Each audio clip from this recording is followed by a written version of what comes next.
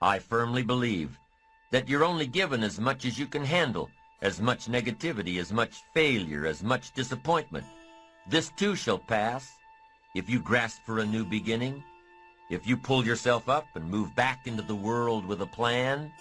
So as foolish as it might sound, be thankful for your current limitations or failures, for they are building blocks from which to create greatness. You can go where you want to go. You can become what you want to become. You can do it all, starting now, starting right where you are. You've got to keep trying and trying and trying. You've got to have enough resolve to do it until. So be grateful for adversity, but for your future, make it work for you, not against you. Make your failures give birth to great opportunity, not prolonged agony. The world will willingly sit by and let you wallow in your sorrows until you die broke and alone. And here's what else the world will do. The world will step aside and let you by. Once you decide that your present situation is only temporary, once you decide to get back on your feet and make your mark. The world doesn't really care, so you have to. You have to care. In your own enlightened self-interest, give a run at adventure. Keep your eyes firmly on the achievement, on your ambition, and not merely existence and self-pity. Make a commitment to excellence. You have to be relentless. You have to never let off the gas, never stop, never quit. Never allow anyone to talk you out of the dream, the vision, and ideas that God has sent you. And understand that for every level, there's another devil. Never underestimate the power of small actions executed consistently. Never underestimate the power of momentum, because things in motion tend to stay in motion. And never underestimate yourself, because you are no different than any other change maker who has ever walked on this earth. I want you to think about one problem that you are passionate about. One problem that you want to start solving. And over the next 2 weeks, the next 14 days, I want you to come up with some small, consistent actions that you can begin implementing in your personal life to start solving this problem. And I promise you, you'll begin taking these actions, and it will start gaining momentum, and you will build a little initiative. And as you start to have an impact, people will begin asking you the question, how do you plan on changing the world? You would take a little step back, put a big smile on your face, and respond with those 3 simple but extremely powerful words. Small, consistent actions. But the first thing you've got to do is decide if where I am hurts, if where I am is killing me, where do I want to be? Decide clearly and define where it is you want to be. What would it feel like to be more happy? Like define that, so where do you want to be? When you're working in these moments of desperation, where things are just so raw that you need to survive, you start taking this kind of honest inventory of yourself and you put things together. That's how you do it. So decide where you want to be, look at your inventory, and figure out what needs to go and what you need to add, what you need to build on. This is how life works. You got to do this stuff, because once you do that, it puts you in a whole different place. It puts you in a place where you have the tools to save yourself. Right? When nobody's coming, when there's no help coming, what are you going to do? You're going to sit there and just die? So you've got to do this thing yourself. And how do you do this? You've got to get inside yourself and pull something out of yourself and get into this process that's saving yourself. It's going to be a process. Is it going to be hard? Yes, it's going to be hard. Is it going to be a struggle? Oh, I can guarantee that. Is there going to be some pain? You better believe there'll be some pain. But what you're going to discover is that you're a different creature. You're a different creature. You're not somebody who's living this pre-packaged life where everybody knows how your story is going to end, where everybody knows what's possible for you. No, that's not it. You're a different creature. Your blueprint is magnificent. Your blueprint is creative. You can do more than this. You can save yourself. You have the power to change your reality. You don't like where you are? You can change it. That's in you. That's what you discover. The kind of creature you are, the real nature of who you are. But you've got to be willing to reinvent yourself. And that's the key. That's the key. If you want to save yourself when you get moments like these, in these hard, difficult times when it looks like nothing is going to work, you're just going to rot and die and everything you've worked for is falling apart, nobody's going to help you, you've got to reinvent yourself. Just keep moving forward. Stay busy. Moving in the right direction. Looking, opening doors, knocking on doors, finding a way out of no way. When life goes from bad to unbearable. So when you've been knocked to your knees, your back is against the wall, right? You've run out of money, you've run out of friends, people who believe in you and in your ideas.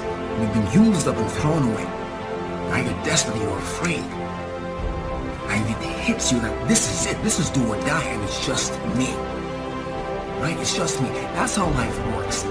In life, things will happen to you that you can't expect, you can't anticipate, you can't plan for. They just show up. And at that point, you have a decision to make. You have a decision to make. You can decide, I'm going to quit. It's over. I can't do this anymore. I've spent too much time, too much blood. I've spent so much building this thing, working on this dream, raising this family. I can't do this anymore. It's over for me. I quit. You can decide that. Or you can decide that no, this isn't it for me. This isn't how my story ends. This isn't it. I didn't spend all this time building this business, raising these kids, building this family just to walk out on them. I didn't spend all these years being sober just to quit. Now, I didn't get this far just to die like a dog in the street. No, this isn't it for me. This isn't over for me. No, I'm going to survive this. All right, nobody has my back, but it's do or die, and I'm going to survive this thing. You can decide that, and when you decide that, you're doing that in a moment of desperation. And here's what I've discovered about desperation. In desperation, you discover truth. Truth. Because the walls fall down. All that's falls apart. And all that's left is truth because you've got to get out of here. No time for games, no more excuses. A lot of people give up. They surrender. They run with their tails between their legs. It's a God-ordained opportunity. There are opportunities here. In the midst of crises, 3 types of people are going to come out of this. Millionaires, billionaires, and witnesses, people who stood around and watched. You have something special. You have greatness in you. And whatever, no test, no testimony, whatever is in front of you, you have the power to handle it. But I don't know what to do. Okay, got that. You don't know what to do. Figure it out. You don't have to know what to do. Walk by faith and not by sight. Figure it out. Everything that exists, somebody was willing to put in the energy and the time to figure it out. And even when we see the power of it, the need for consistency, we all know that it's underrated. It's not celebrated. We can flip through Instagram and we can flip through social media and celebrate when someone loses. It's easy to celebrate when someone loses 50 pounds in 2 weeks, and we celebrate it and it's awesome, and I think we should. But it's easy to overlook the person who's maintained a weight for a whole year from consistently eating healthy, consistently working out, and consistently making decisions every day to maintain the year goal weight. It's easy to celebrate one-offs, to celebrate the moment, and we should. Hear me. I am just telling you that we get bored of consistency. You see, we assume in our culture today that growth, new levels, promotion all come quickly as a result of a moment of faith. We celebrate the tip of the iceberg, but what we often miss and what is underrated, Daniel, is this huge amount of consistent faith under the water. What areas of your life do you need to be more consistent in? Some of your thoughts and visions are so big and so outlandish and so powerful and amazing, you'll end up talking yourself out of that dream from saying, I can't afford that. Well, guess what? There's a lot of shit I can't afford. There's a lot of visions and dreams that I still can't afford. I came here to remind you that when people laugh at your visions and ideas, it's only because they don't have their own visions and ideas around what they're supposed to do with their life or their careers. People that don't have their own visions they become vision killers. They don't have dreams for themselves. They don't have any hopes. They're hopeless. They're uninspired, unmotivated. They have no dreams. They have nothing that they're ambitious about. But I want to remind you to continue to dream and dream big. I have a habit of dreaming with my eyes open. I get very inspired by the things I see. I just wanted to remind you to dream and dream big. You have to be able to see what doesn't exist in order to be able to pull off or achieve what in most people's minds seems to be impossible. Only those that can see the invisible, being able to see what's not there. What is your vision? What is your idea? What was that God-sent dream? Only those that can see the invisible can do what seems to be impossible. You have to be awfully immature to think that every day is going to be a good day. Some days are better than other days. And some days, if it ain't one thing, it's another. Sometimes bad things, horrible things happen to good people. And I don't know why, but life isn't fair. Life isn't fair. Life just is. It wasn't fair. The fact that you're still alive and still on this earth, even though it's been challenging and rough, and sometimes you get discouraged and uninspired to keep going. God has a plan. You will grow through what you go through. Everything that you're going through, at some point, it makes no sense to you right now. But at some point, God is going to reveal to you why all of these issues, challenges, and problems continue to show up and what you were supposed to learn from it. A good person in the wrong place.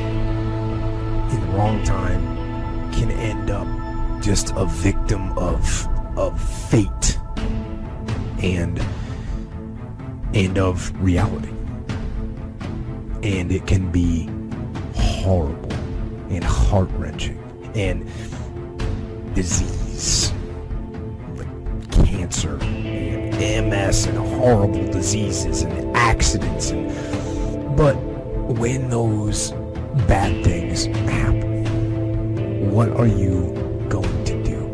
How are you going to lead? Are you going to get angry? Are you going to start going down the spiral of negativity? Or are you going to let this horrible situation dictate the way you feel and the way you handle it? All I need you to do is not throw away your confidence. All I need you to do is stay in the game. All I need you to do is put one foot in front of the other. All I need you to do is keep the confidence. Because if you persevere, there's a promise that has your name on it. Like, the question becomes this: can you be committed to the process of what you're doing without being emotionally attached to the results of what you're doing? Regardless of situation, regardless of circumstance, regardless of what happened, I'm going to show up and I'm going to give everything I got to it because I'm working for something that's totally different. Can you be committed to the process of what you're doing without being emotionally attached to the results of what you're doing? In other words, if you don't get what you thought you was going to get, will you still be the same individual? If the situation don't turn out the way you thought it would turn out, will you still be the same individual? The quote says it: you judge the character of a man not by where he stands in times of comfort and convenience. You judge the character of a man by where he stands in times of challenge and controversies. right? I'm talking concrete commitment, right? Not that commitment, I'm a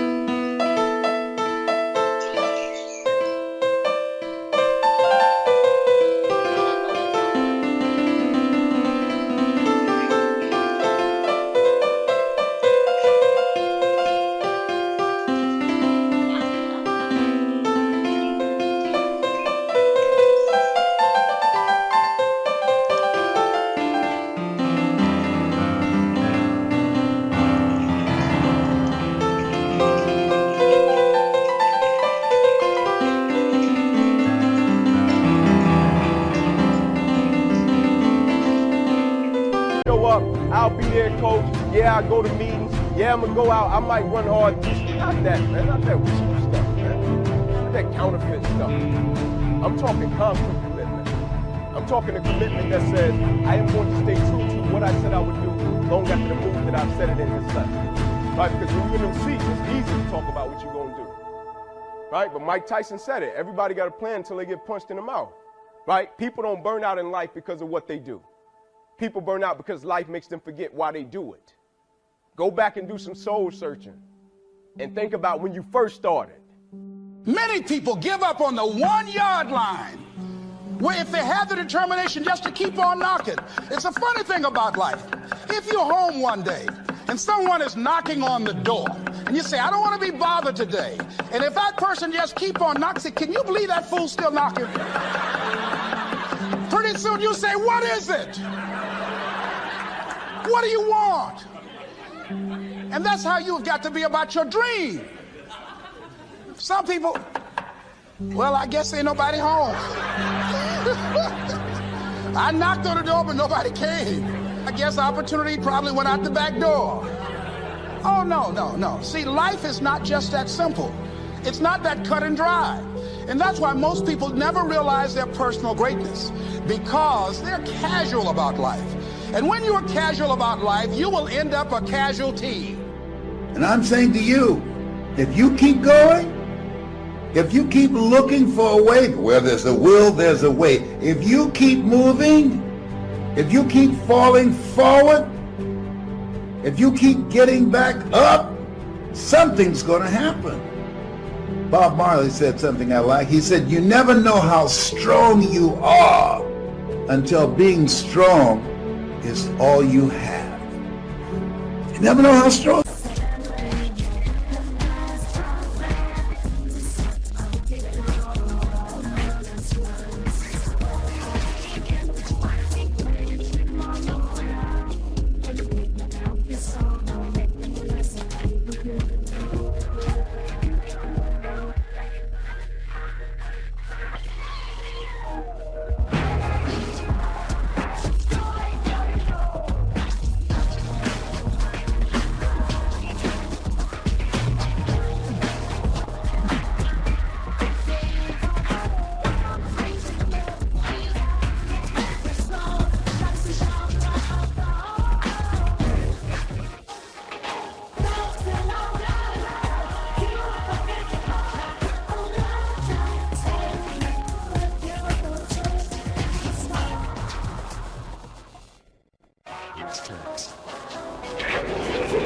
You are until being strong is all you have. It's your only option.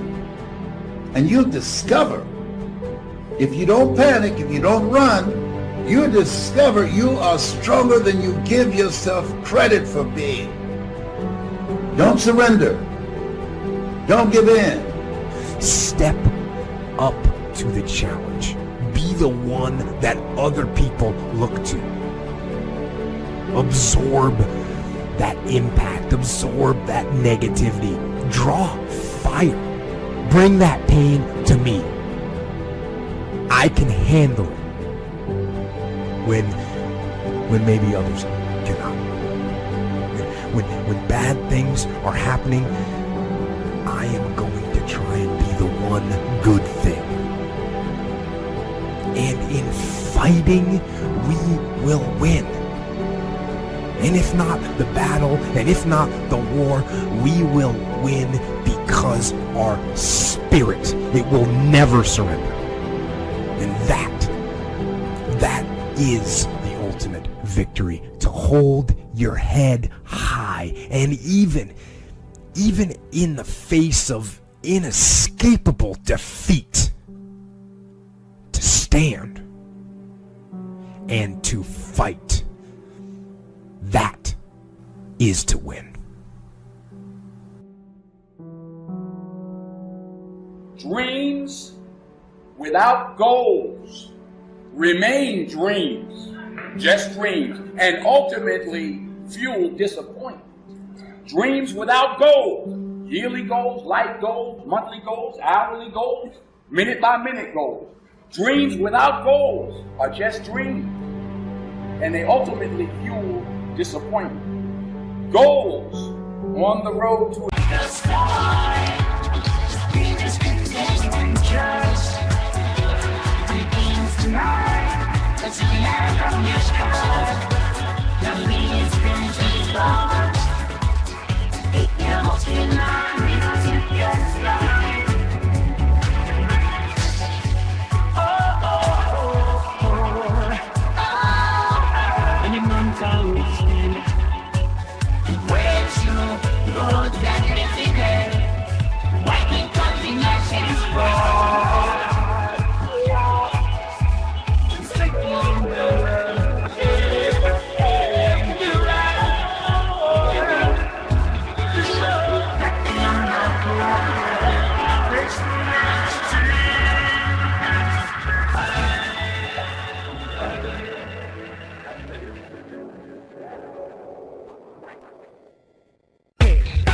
Achievement cannot be achieved without discipline and consistency. You understand? Between goals and achievement are discipline and consistency.